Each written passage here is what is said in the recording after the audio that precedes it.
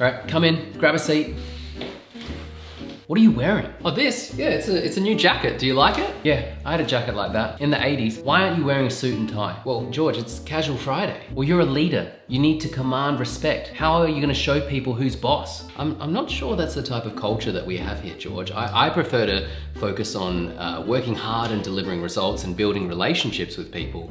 And what I'm wearing is really less important to me than that. Are you still talking? Yes, George. Anyway, look, so I've put together that policy, that new policy that you asked me to create.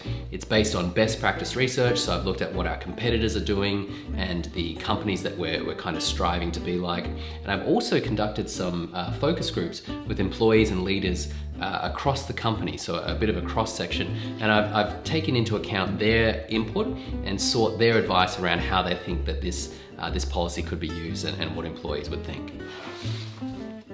No, no, no, no. This needs to change. Get rid of that. No. Get rid of that. Put this here.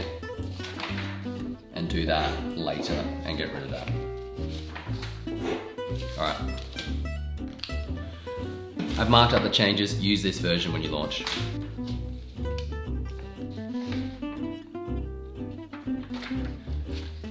So George, this isn't in line. These changes that you've made, they're not in line with best practice research, and they're going to put us behind our competitors. And I think that would have a pretty big impact, a negative impact on the employee experience. Milan, this isn't a country club. I'm kind of struggling to see what the advantage of this would be and you know, what's the whiffum for our employees and our leaders. Dave, I can see from your eyebrows that your parents weren't born in this country, but I've told you time and time again, you need to speak English. What is whiffum? So when you're introducing a change, whether that's for employees or for leaders, the acronym WIFM, that stands for what's in it for me. And it's a really good tool to think about and kind of put yourself in the shoes of the people who are going to be impacted by the change and trying to come up with something that they can see the change as a positive. Like what benefit can we show them that the change will bring them?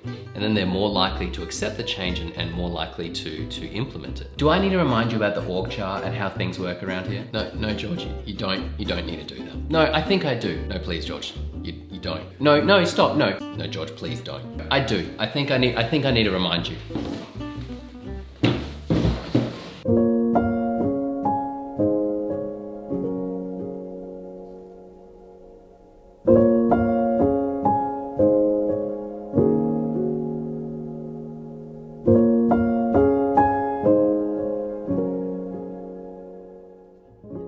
So heareth endeth the lesson.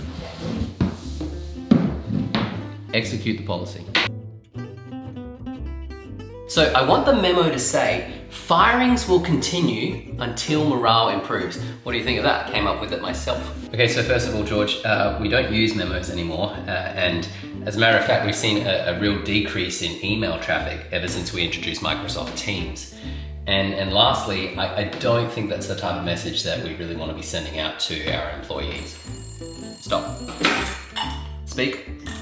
HR did what? Yeah, no, I've got them in my office right now. No, tell your folks not to worry. I'm gonna get this fixed. Tell them George is on the case. Yep, tell them not to worry. I'll talk to HR. I'll get this sorted out ASAP. Okay, Milan, so that policy you just launched, not your best work. People are really upset. So you need to get out there, you need to do some damage control, and you need to get things fixed ASAP. George, are you serious?